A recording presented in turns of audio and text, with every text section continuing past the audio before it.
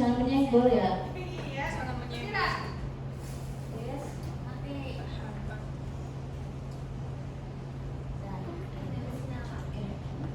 Sudah siap, Mbak saya? Iya, makasih.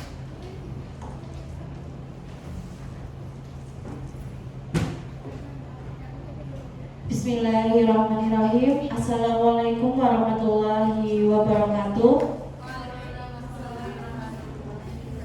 Oke, selamat siang teman-teman. Oke, untuk materi siang hari ini ya, sebelum masuki materi, di sini kami akan perkenalan terlebih dahulu. Kami dari kelompok 1 yang beranggotakan saya, Farazara Oktaviana dengan NIM akhir 42 sebagai moderator. Lalu ada Ataya Rida Brikusuma dengan NIM akhir 03 sebagai presentator. Dan ada Hovifah Siti Claudia dengan NIM akhir 02 selaku notulensi. Untuk itu teman-teman, sebelum masuki materi, kalian juga harus semangat ya, walaupun waktu sudah menunjukkan pada pukul 2 siang. Maka dari itu jangan lama-lama ya teman-teman ya. Kita langsung mulai aja. Di sini pemateri akan menyampaikan materi tentang psikolinguistik dari bukunya Abdul Khair dari bab 1 sampai bab 5. Untuk itu pemateri Ataya Rida Brikusuma kami persilakan.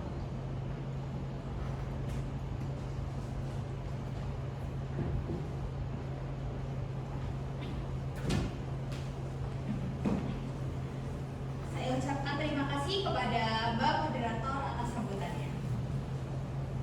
Halo teman-teman, selamat siang. Perkenalkan, saya Ataya Rida Brikusuma. Pada kesempatan kali ini, saya akan mempresentasikan rangkuman buku psikolinguistik Abdul Khair dari bab 1 sampai bab 5. Sebelumnya, buku Abdul Khair ini lengkapnya berjudul Psikolinguistik Kajian Teoretik yang diterbitkan oleh Rineka Cipta pada tahun 2015 di Jakarta dengan tebal buku 15 bab, 313 halaman. Untuk isi presentasi pada kesempatan kali ini, saya akan membaginya menjadi 5 bab sesuai dengan buku yang saya rangkum. Yang pertama ada pendahuluan, yang kedua ada sejarah perkembangan psikolinguistik, pada bab 3 ada bahasa dan berbahasa, pada bab 4 ada hubungan berbahasa, berpikir dan berbudaya, dan pada bab 5 mencakup teori-teori linguistik. Pada bab pertama yaitu pendahuluan meliputi psikologi, linguistik, psikolinguistik, subdisiplin psikolinguistik, induk disiplin psikolinguistik, dan pembahasan psikolinguistik. Pada bagian psikologi, secara etimologi, kata psikologi berasal dari bahasa Yunani kuno, psyche dan logos. Kata psyche yang berarti jiwa, roh, atau sukma, sedangkan kata logos berarti ilmu. Jadi, psikologi secara harfiah berarti ilmu jiwa atau ilmu yang objek kajiannya adalah jiwa. Kemudian perihal linguistik. Secara umum, linguistik diartikan sebagai ilmu bahasa atau ilmu yang mengambil bahasa sebagai objek kajiannya. Pakar linguistik disebut linguis. Namun perlu dicatat, kata linguis dalam bahasa Inggris juga berarti orang yang mahir menggunakan beberapa bahasa. Selain bermakna pakar linguistik, seorang linguis mempelajari bahasa bukan dengan tujuan utama untuk mahir menggunakan bahasa itu, melainkan untuk mengetahui secara mendalam mengenai kaidah-kaidah struktur bahasa beserta dengan berbagai aspek dan segi yang menyangkut bahasa itu. Nah, dari kedua pokok tadi yaitu psikologi dan linguistik, ada pula yang namanya psikolinguistik. Secara etimologi sudah disimpulkan di belakang bahwa kata psikolinguistik terbentuk dari kata psikologi dan kata linguistik, yakni dua bidang yang berbeda yang masing-masing berdiri sendiri dengan prosedur dan metode yang berlainan. Namun keduanya sama-sama memiliki bahasa sebagai objek formalnya, hanya materialnya saja yang berbeda. Linguistik mengaji struktur bahasa, sedangkan psikologi mengkaji perilaku manusia atau proses berbahasa. Dengan demikian, cara dan tujuannya juga berbeda. Jadi kesimpulannya, psikolinguistik mencoba menguraikan proses-proses psikologi yang berlangsung jika seseorang mengucapkan kalimat-kalimat yang didengarnya pada waktu berkomunikasi dan bagaimana komunikasi berbahasa itu diperoleh oleh manusia. Perihal subdisiplin psikolinguistik ada beberapa, di antaranya yang pertama psikolinguistik teoretik, yang kedua psikolinguistik perkembangan, yang ketiga psikolinguistik sosial, yang keempat psikolinguistik pendidikan, yang kelima psikolinguistik neurologi atau neuropsikolinguistik, yang ketujuh psikologi eksperimen, dan yang kedelapan psikologi terapan. Kemudian tentang induk disiplin psikolinguistik, psikolinguistik sendiri merupakan gabungan dari psikologi dan linguistik. Mereka muncul, maka dari hal tersebut muncul pertanyaan, apa induk disiplin psikolinguistik itu? Linguistikah atau psikologi? Nah, beberapa pakar berpendapat bahwa psikolinguistik berinduk pada psikologi. Mengapa? Karena istilah itu merupakan nama baru dari psikologi bahasa atau psychology of language yang telah dikenal di beberapa waktu sebelumnya.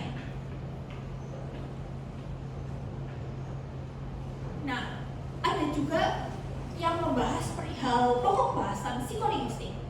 Di dalam kurikulum pendidikan bahasa pada lembaga pendidikan, tenaga kependidikan, mata kuliah psikolinguistik dimasukkan dalam beberapa kelompok mata kuliah, proses belajar mengajar, dan bukan pada kelompok mata kuliah linguistik atau kebahasaan.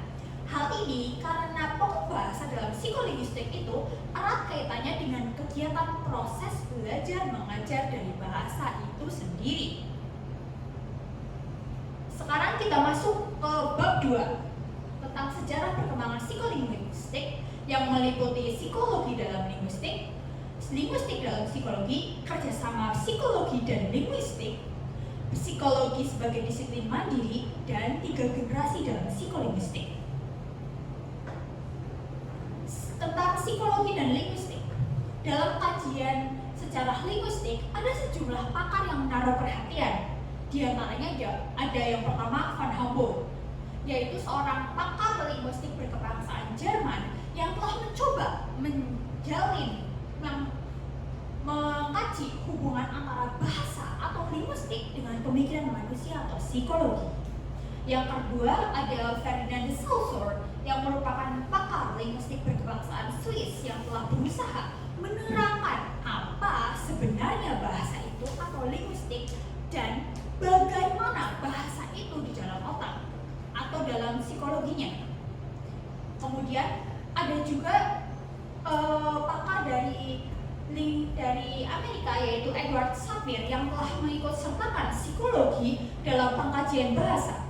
Menurutnya, psikologi dapat memberikan dasar ilmiah yang kuat dalam pengkajian bahasa.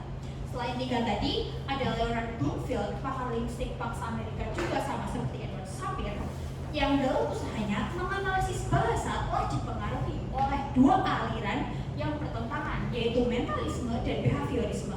Namun, Bloomfield sudah meninggalkan mentalisme. Dia sekarang mengikuti aliran behaviorisme. Dan yang terakhir ada Otto Jefferson, yaitu pakar linguistik berkebangsaan Denmark yang telah menganalisis bahasa menurut psikologi mentalistik yang juga berbau behaviorisme. Subbab selanjutnya tentang linguistik dalam psikologi. Dalam sejarah perkembangan psikologi ada sejumlah pakar psikolinguistik yang menaruh perhatian pada linguistik. Di antaranya, yang pertama ada John Dewey, seorang pakar psikologi berkebangsaan Amerika dan seorang empiris murni. Beliau telah mengkaji bahasa dan perkembangannya dengan cara mendalam,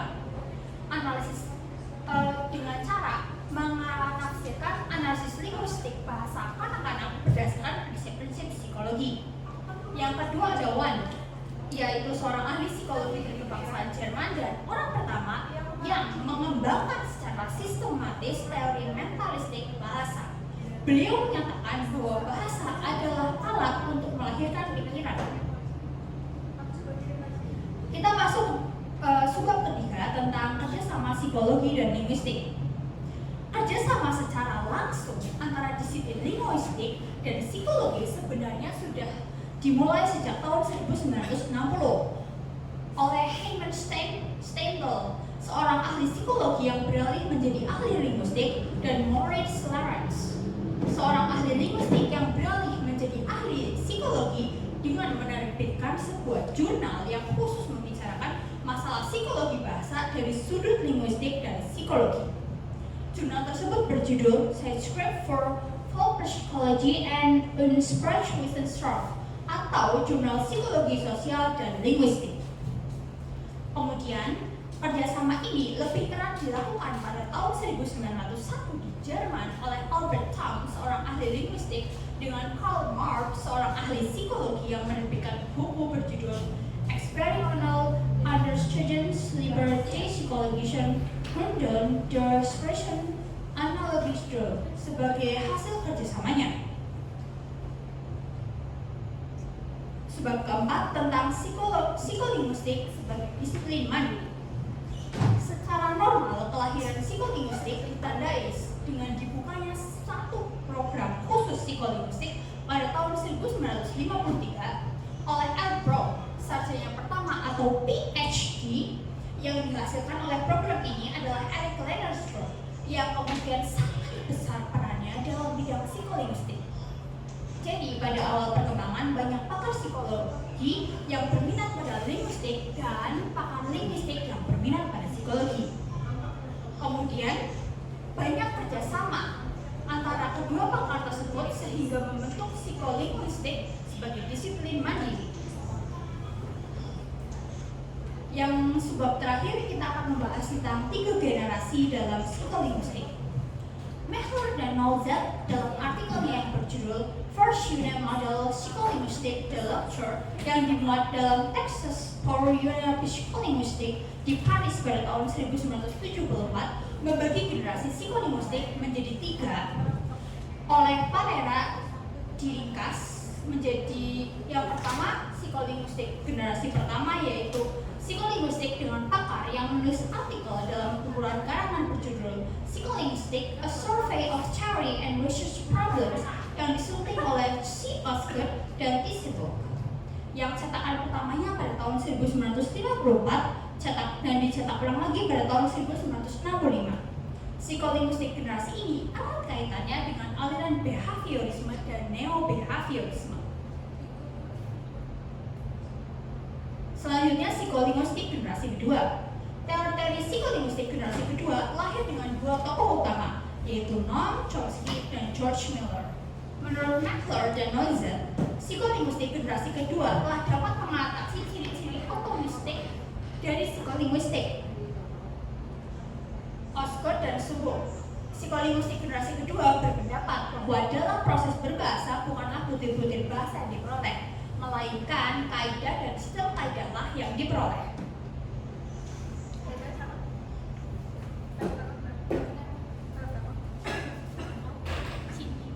Kemudian kita masuk ke yang terakhir, yaitu psikolinguistik generasi ketiga. Generasi ketiga psikolinguistik dikemukakan oleh Howard Schultz dalam bukunya Two Problems for the New Psycholinguistic yang kemudian diberi nama New Psycholinguistic atau psikologi baru. Ciri-ciri psikolinguistik generasi ketiga ini adalah sebagai berikut. Yang pertama, orientasi mereka kepada psikologi tetapi bukan psikologi perilaku.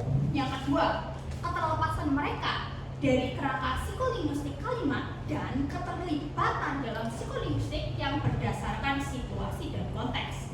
Dan yang ketiga, adanya satu pergeseran dari analisis mengenai proses ujaran yang abstrak persepsinya ke satu analisis psikologis mengenai komunikasi dan perpikiran.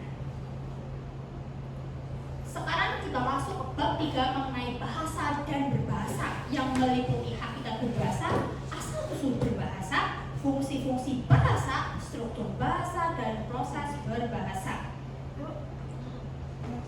Tentang hakikat bahasa, apa sebenarnya bahasa itu? Para pakar linguistik biasanya mendefinisikan bahasa sebagai suatu lambang bunyi yang bersifat arbitrer yang kemudian lazim ditambah dengan yang digunakan oleh sekelompok anggota masyarakat untuk berinteraksi dan mengidentifikasi. Hal itu dikemukakan oleh Haier pada tahun 1994. Bagian utama dari definisi di atas menyatakan hakikat bahasa itu sendiri, dan bagian tambahannya menyatakan apa itu fungsi bahasa. Kemudian yang kedua, perihal asal-usul bahasa. F.B. Candileak, seorang filsuf bahasa bangsa Prancis, berpendapat bahwa bahasa itu berasal dari teriakan-teriakan dan gerak-gerik badan yang bersifat naluri dan dibangkitkan oleh perasaan dan emosi yang kuat. Sedangkan von Schedel, seorang ahli filsafat bangsa Jerman, berpendapat bahwa bahasa-bahasa yang ada di dunia ini tidak mungkin bersumber dari satu bahasa saja. Asal-usul bahasa itu sangat berlainan tergantung pada faktor-faktor yang mengatur tumbuhnya bahasa itu. Ada bahasa yang lahir dari onotep atau peniruan bunyi alam, dan ada pula yang lahir dari kesadaran manusia dan beberapa hal lain. Kemudian yang ketiga, tentang fungsi bahasa. Menurut Kinafey, fungsi bahasa ada 5, antara lain sebagai fungsi ekspresi, fungsi informasi, eksplorasi, fungsi persuasi, dan fungsi sebagai entertainment. Yang keempat, tentang struktur bahasa. Dalam setiap analis bahasa ada 2 buah konsep yang perlu dipahami, yaitu struktur dan sistem. Struktur menyangkut masalah hubungan antara unsur-unsur di dalam suatu tujuan. Misalnya, antara fonim dengan fonim di dalam kata, antara kata dengan kata di dalam frasa, atau juga antara frasa dengan frasa di dalam kalimat. Dalam linguistik generatif transformasi, struktur itu sama dengan tata bahasa. Sedangkan tata bahasa itu sendiri tidak lain daripada pengetahuan penutur suatu bahasa mengenai bahasanya yang lazim disebut dengan istilah kompetensi. Kemudian kompetensi ini akan dimanfaatkan dalam pelaksanaan bahasa atau yang disebut juga dengan performansi, yaitu berupa bertutur atau pemahaman akan tuturan. Lalu di dalam pelaksanaan bahasa itu, linguistik generatif transformasi menyodorkan adanya konsep struktur dalam atau deep structure dan konsep struktur luar atau surface structure. Kemudian lebih lanjut lagi, menurut teori linguistik generatif transformasi, setiap tata bahasa suatu bahasa terdiri dari 3 buah komponen, yaitu fonologi, komponen sintaksis, dan yang terakhir semantik. Nah, tentang proses berbahasa, proses produksi atau proses rancangan berbahasa disebut dengan encode, sedangkan proses penerimaan, perekaman, dan pemahaman disebut dengan proses decode. Proses rancangan berbahasa produktif dimulai dengan encode semantik, dilanjutkan dengan encode gramatikal, dan selanjutnya diteruskan dengan encode fonologi.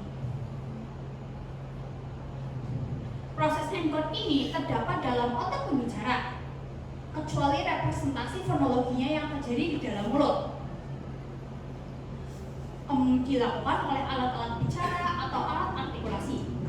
Proses decode dimulai dengan decode fonologi, kemudian dilanjutkan dengan proses decode gramatikal, dan diakhiri dengan proses decode semantik.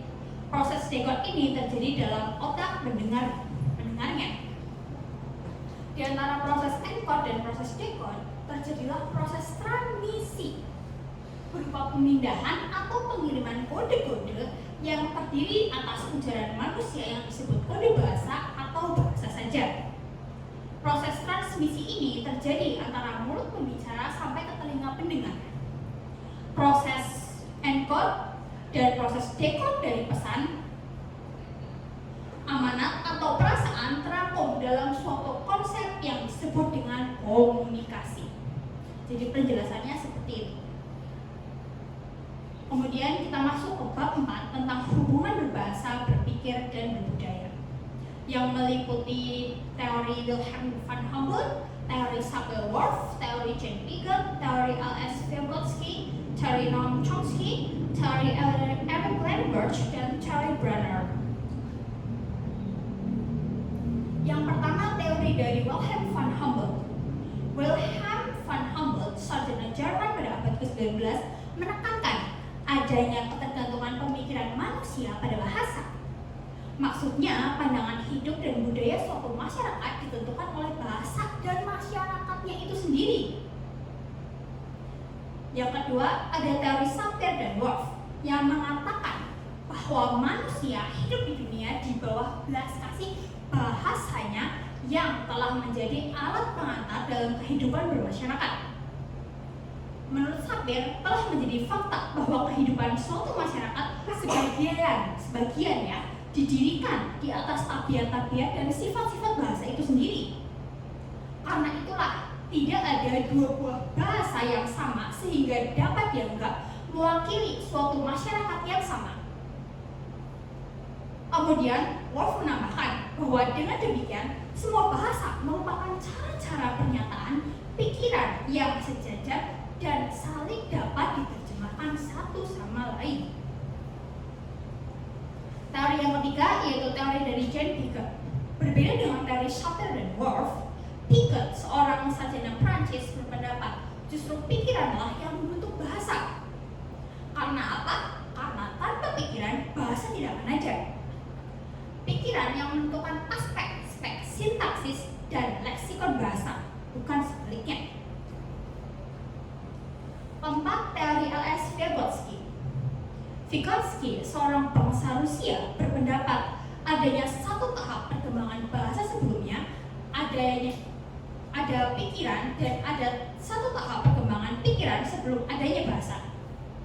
Kemudian, kedua garis perkembangan ini saling bertemu dan terjadilah secara serentak pikiran berbahasa dan bahasa berpikir. Yang kelima, teori dari Noam Chomsky. Mengenai hubungan bahasa dan pemikiran, Noam Chomsky mengajukan kembali teori klasik yang disebut hipotesis nurani. Apa itu hipotesis nurani? Hipotesis nurani mengatakan bahwa struktur bahasa dalam adalah nurani. Artinya rumus-rumus itu dibawa sejak lahir. Jadi sejak dalam bahkan sejak dalam kandungan. Yang keenam, teori Eric Lenberg. Berkenaan dengan masalah hubungan bahasa dan pemikiran, Eric Lenberg mengajukan teori yang disebut teori kemampuan berbahasa khusus. Apa itu teori kemampuan berbahasa khusus? Yaitu teori yang menunjukkan bahwa banyak bukti manusia menerima warisan biologi asli berupa kemampuan berkomunikasi dengan menggunakan bahasa yang khusus untuk manusia dan tidak ada hubungannya dengan kecerdasan maupun pemikiran. Yang terakhir ada teori dari Brenner. Teori dari Brenner berkenaan dengan masalah hubungan bahasa dan pemikiran. Brenner memperkenalkan teori yang disebut teori instrumentalisme. Menurut teori ini, bahasa adalah alat pada manusia untuk mengembangkan dan menyempurnakan pemikiran itu. Kita masuk bab yang terakhir, yaitu tentang teori-teori linguistik. Yang pertama adalah nanti teori dari Ferdinand de Saussure, yang kedua teori Leonard Bloomfield, yang ketiga teori Robert Ford, dan yang keempat teori dari Noam Chomsky. Teori yang pertama dari Ferdinand de Saussure menjelaskan bahwa perilaku bertutur atau tindak tutur merupakan satu rangkaian hubungan antara dua orang atau lebih, seperti antara A dan B. Perilaku ini terdiri dari dua kegiatan, yaitu bagian luar dan bagian dalam. Bagian luar dibatasi oleh mulut dan telinga, sedangkan bagian dalam dibatasi oleh jiwa dan akal yang terdapat dalam otak pembicara dan mendengar. Menurut de Saussure, linguistik murni mengaji bukan parol maupun language. Teori linguistik de Saussure tidak mengikut sertakan parol. Yang kedua, teori Leonard Bloomfield, yaitu seorang linguistik Amerika yang sebelum mengikuti aliran behaviorisme ini, dari Watson dan Swiss adalah penganut paham mentalisme seperti yang sudah saya jelaskan sebelumnya, yang berjalan dengan teori psikologi Wundt. Kemudian beliau menentang mentalisme dan mengikuti aliran perilaku atau behaviorisme.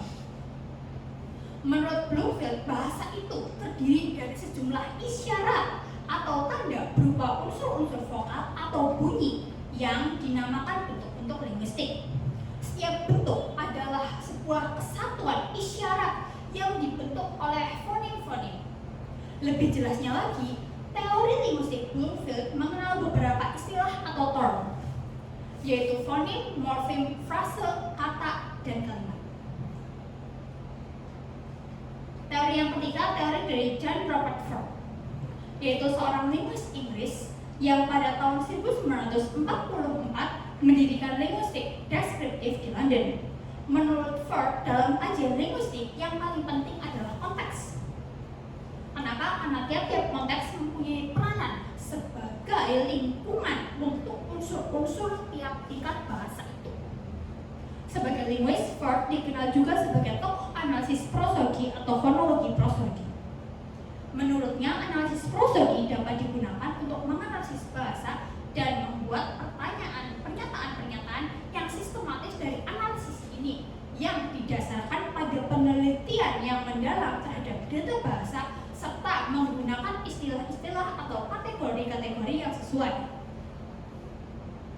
Secara singkat bisa disimpulkan bahwa yang dimaksud dengan prosogi menurut teori Ford adalah struktur kata beserta ciri-ciri khas lagu kata itu sebagai sifat-sifat abstrak tersendiri dalam keseluruhan fonologi bahasa itu. Jadi yang termasuk ke dalam fitur prosogi suatu kata adalah yang pertama jumlah suku kata, yang kedua hakikat suku katanya, entah itu terbuka atau tertutup, yang ketiga kualitas suku-suku kata, yang keempat urutan bunyi-bunyi vokal, yang kelima urutan suku-suku kata, yang keenam tempat, hakikat, dan kuantitas bunyi-bunyi penting, yang ketujuh kualitas gelap atau terang dari suku-suku kata, dan yang kedelapan ciri-ciri hakiki lagu suku kata dan juga potongan kalimat tempat kata itu terdapat. Kemudian yang terakhir, teori dari Noam Chomsky. Menurut teori Chomsky, untuk dapat menyusun tata bahasa dari suatu bahasa yang masih hidup atau masih digunakan dan ada penuturnya, haruslah ada teori umum mengenai apa yang membentuk tata bahasa itu. Teori umum itu adalah suatu teori ilmiah yang disusun berdasarkan satu korpus ujaran yang dihasilkan oleh para bahasawan asli bahasa itu. Dengan korpus ujaran itu dapat ditarik kesimpulan-kesimpulan umum atau kaidah-kaidah umum tata bahasa yang dapat digunakan untuk memprediksikan semua ujaran yang dapat dihasilkan oleh penutur asli bahasa itu. Demikian materi yang saya sampaikan. Semoga bermanfaat. Assalamualaikum warahmatullahi wabarakatuh. Selanjutnya saya berikan dan saya kembalikan kepada moderator. Ya, terima kasih untuk Ataya Rida. Materinya tadi ada apa saja teman-teman? Ada sejarah psikologistik, ada asal-usul bahasa, ada proses bahasa, lalu ada teori-teori linguistik, ya seperti itu. Untuk selanjutnya kami akan memasuki tahap tanya jawab. Untuk itu apakah dari teman-teman ada yang ingin bertanya? Saya. Ya, silakan yang mau bertanya maju ke depan ya. Oh, banyak sekali ini yang mau bertanya sepertinya. Oke. Antusias sekali ya, Bu. Iya ini. Namanya siapa, Mbak? Kok balik lagi, Mbak? Ada yang ketinggalan? Julian. Oh, beda orang ini ya, Mbak. Ini namanya Mbak siapa? Betul. Oh ya, ini silakan, Mbak. Perkenalkan, saya Restu Setia Henry, NIM 22, izin bertanya. Pada sebab pokok bahasa linguistik dijelaskan bahwa dalam kurikulum pendidikan bahasa pada lembaga pendidikan tenaga kependidikan mata kuliah psikologistik dimasukkan ke dalam kelompok mata kuliah proses belajar mengajar dan bukan pada kelompok mata kuliah linguistik atau kebahasaan karena pokok bahasa dalam psikolinguistik itu erat kaitannya dengan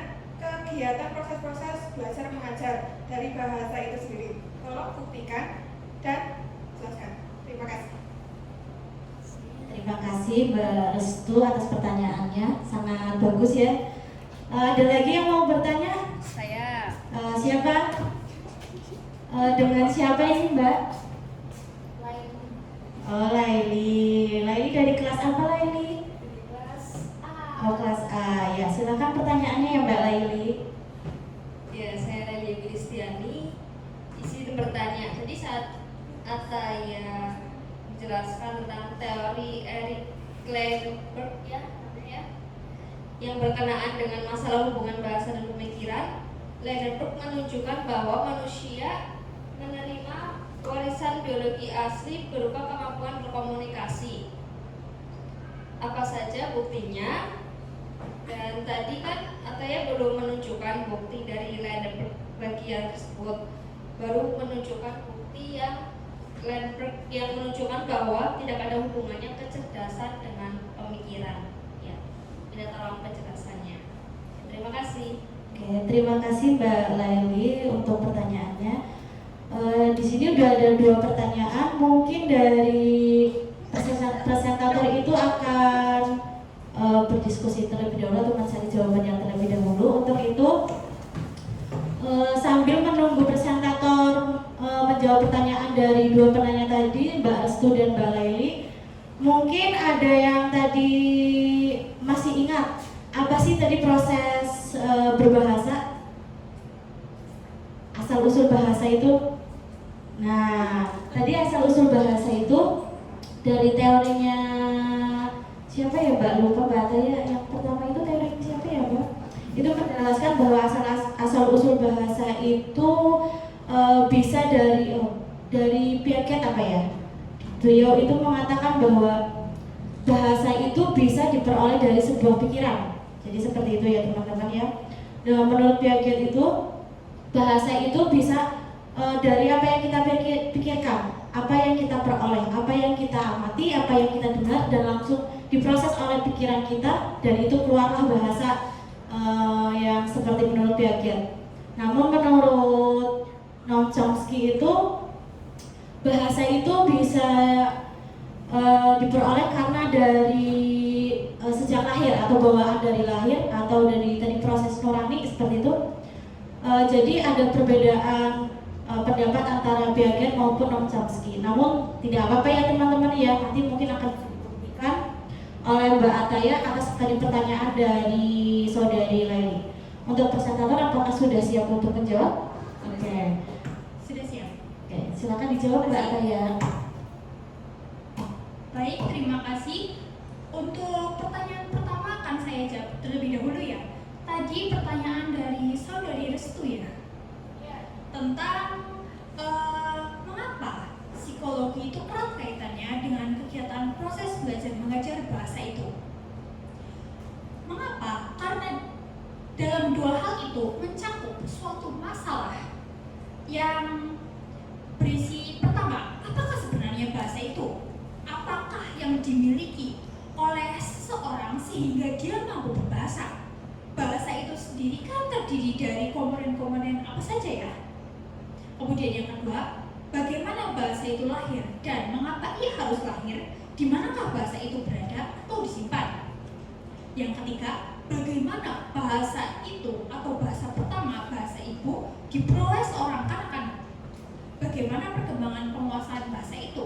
Bagaimanakah penguasaan kedua itu dipelajari? Dan bagaimanakah seseorang bisa menguasai 2, 3, atau banyak bahasa?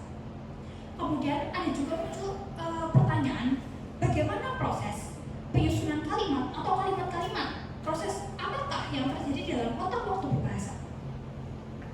Yang kelima, muncul juga pertanyaan, bagaimanakah bahasa itu tumbuh dan mati? Bagaimanakah proses terjadinya sebuah dialek? Bagaimana proses berubahnya suatu dialek menjadi sebuah bahasa yang baru? Kemudian yang keenam, muncul juga pertanyaan, bagaimanakah hubungan bahasa dengan pemikiran? Bagaimana pengaruh kedewibahasaan atau kemultibahasaan dengan pemikiran dan kecerdasan seseorang? Yang ketujuh, muncul pula pertanyaan, mengapa seseorang menderita penyakit atau mendapatkan gangguan berbicara seperti afasia dan bagaimana cara menyembuhkannya? Dan yang terakhir, muncul pula pertanyaan, bagaimana bahasa itu harus diajarkan supaya hasilnya baik dan sebagainya. Itu pun mengapa psikolinguistik erat kaitannya dengan kegiatan proses belajar mengajar. Karena banyak dari proses belajar mengajar yang membutuhkan ilmu psikolinguistik seperti yang tadi, muncul pertanyaan-pertanyaan itu yang membuat keduanya saling berkaitan satu sama lain. Bagaimanakah saudara-saudari Restu, apakah sudah puas dengan jawaban yang saya berikan? Sudah, terima kasih Mbak Daya. Sama-sama. Kemudian pertanyaan yang kedua dan sekaligus pertanyaan terakhir ya, dari saudari Laili Eugilistiani yang meminta bukti tentang manusia yang telah dipersiapkan secara biologis untuk berbahasa menurut Landberg. Buktinya ada 5 yang Landberg tulis. Pertama, kemampuan berbahasa sangat erat hubungannya dengan bagian-bagian anatomi dan fonologi manusia, seperti bagian-bagian otak tertentu yang mendasari bahasa. Yang kedua, jadwal perkembangan bahasa yang sama berlaku bagi semua anak-anak normal. Semua anak-anak normal bisa dikatakan mengikuti strategi dan waktu pemerolehan bahasa yang sama, yaitu lebih dahulu menguasai prinsip-prinsip pembagian dan pola persepsi. Yang ketiga, perkembangan bahasa tidak dapat dihambat meskipun pada anak-anak yang mempunyai cacat tertentu seperti buta, tuli, atau memiliki orang tua yang tuli sejak lahir. Namun bahasa anak-anak bisa tetap berkembang dengan adanya sedikit kelambatan. Jadi bukannya tidak berkembang, namun lambat. Dan yang terakhir, bahasa tidak dapat diajarkan pada makhluk lain. Hingga saat ini belum pernah ada makhluk lain yang mampu menguasai bahasa, sekalipun telah diajarkan dengan cara-cara yang luar biasa. Seperti simpanse, sepintar-pintarnya simpanse, dia tetap tidak bisa diajarkan bahasa manusia. Karena di dalam otaknya tidak punya otak bahasa, tidak punya bagian untuk bahasa.